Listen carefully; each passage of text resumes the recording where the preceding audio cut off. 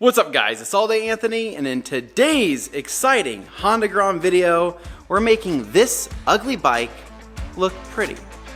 Let's go.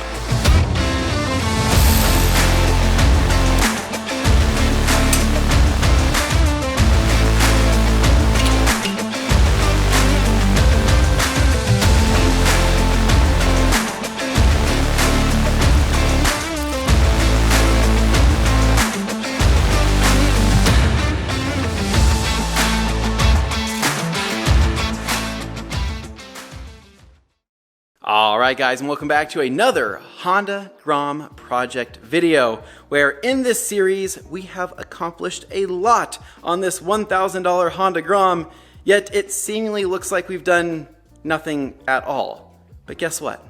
All that is about to change today, in this video right here, because we're going to be disassembling the Honda Grom, hopefully, and I mean hopefully, for the last time. So the goal here today is to actually disassemble a lot of the bike, to take a lot of these parts off to Fast Blast and Coat here in Boise for powder coating and Cerakoting, kind of a combination of the both, and we'll have Dean, who's actually going to be doing all of it, explain that in more detail once we get to his shop. But ultimately, we need to start disassembling a lot of stuff, laying everything out, and getting this stuff ready for paint, because by the time we put that stuff back on the bike and all of this stuff right here, we're gonna have a completely different looking Grom, a completely transformed Grom, and I cannot wait. So with that said, I'm going to probably stop talking here in person for right now, and I'll chime in on voiceover as needed, but ultimately we need to get this bike up in the air, get the wheels, tires, everything off the bike,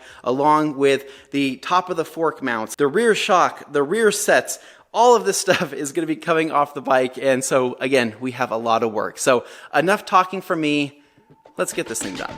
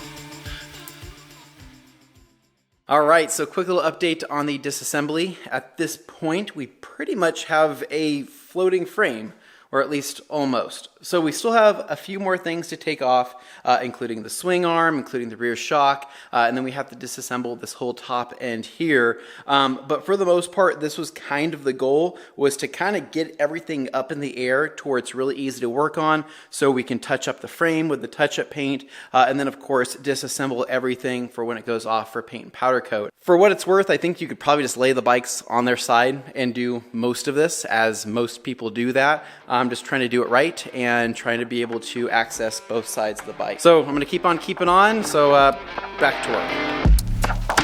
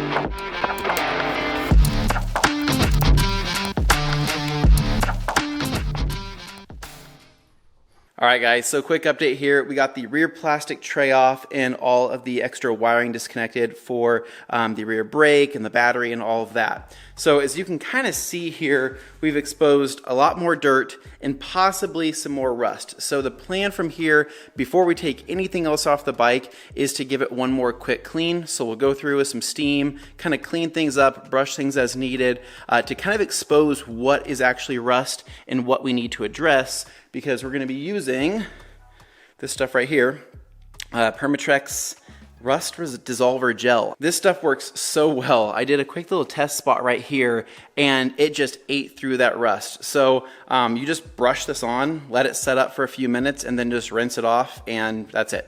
And then it's pretty much prepped for paint. If you want to sand it, you can sand it and go from there. But that's going to be kind of the rust treatment that we'll do, since this surface rust really isn't that bad. So one more quick clean, Rust Dissolver Gel, clean it again, let it dry, and then we'll go through with our touch-up paint and go through for our frame and use this G1 Caliper Paint that I mentioned in the, or G2 Caliper Paint I should say, that I mentioned in the previous video that I like to use for this kind of stuff. And this will ideally, hopefully, match the actual Grom's frame color as well as the finish and be just as hard and just as durable, maybe even better than the original paint here on the bike. So let's go ahead and get out the steam cleaner and get to cleaning.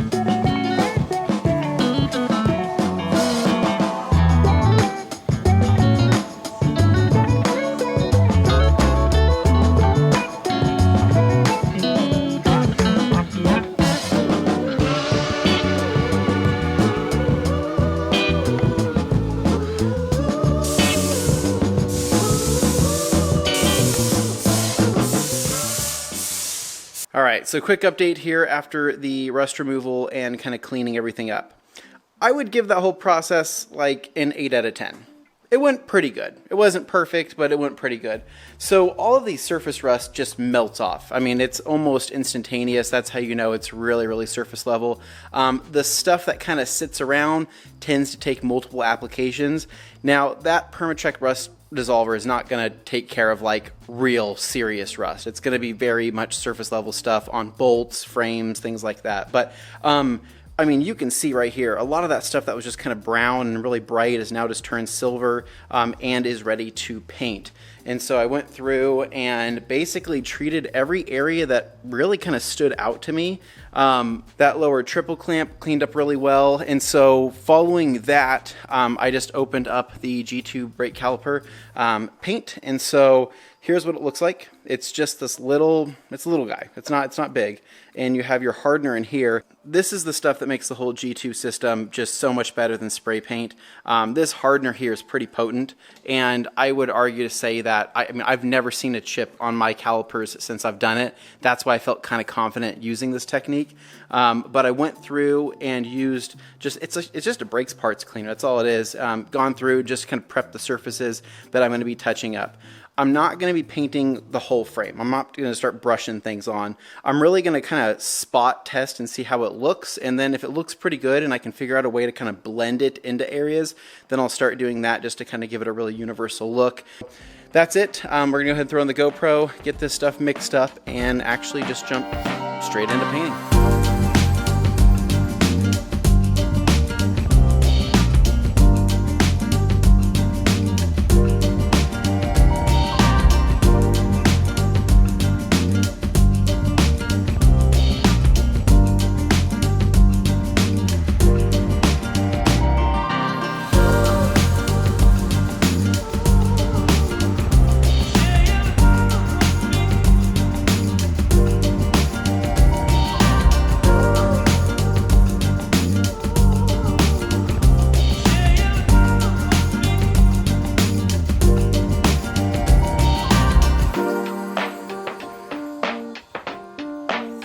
That is so good.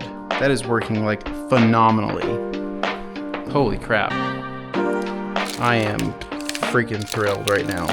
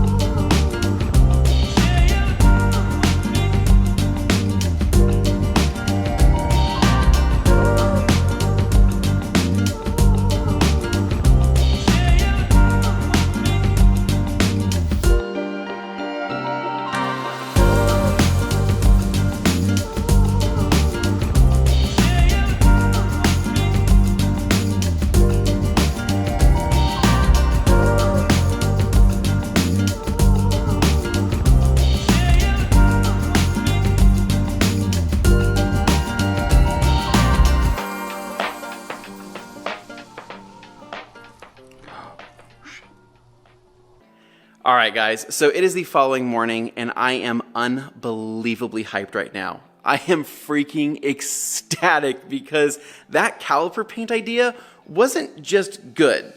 It was almost perfect.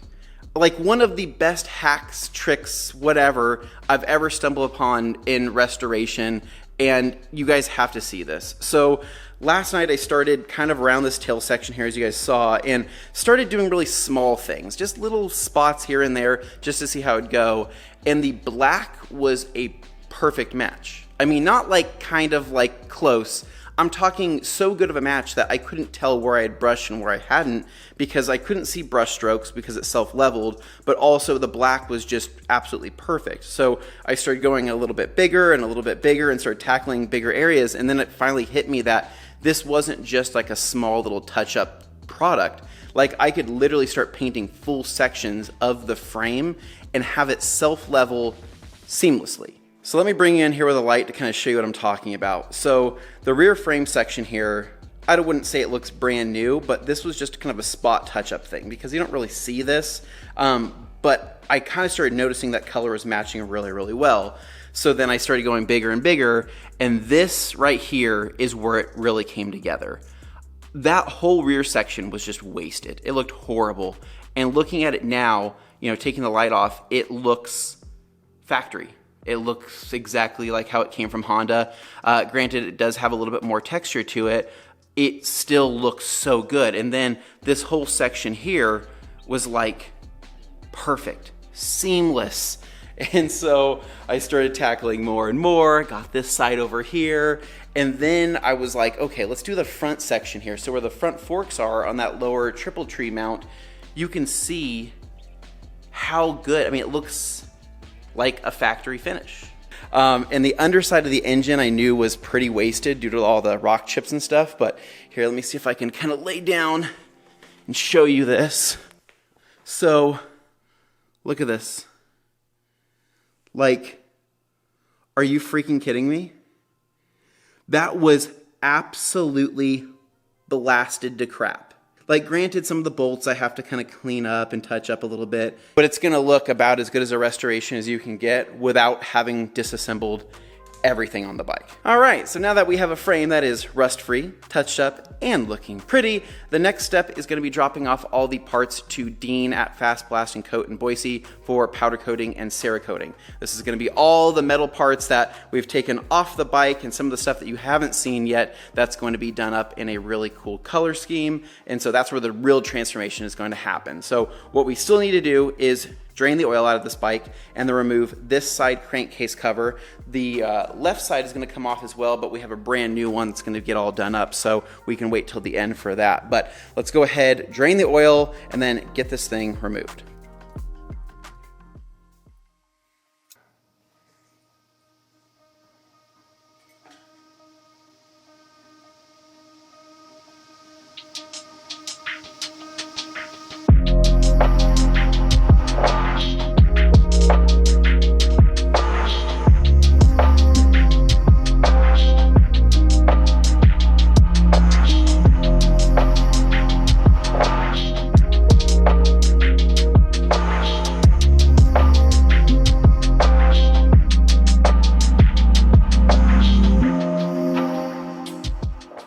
Next time on the ALLDAYANTHONY YouTube channel, we take our Grom parts down to Fast Blasting Coat in Boise, Idaho to transform them from shitty into pretty.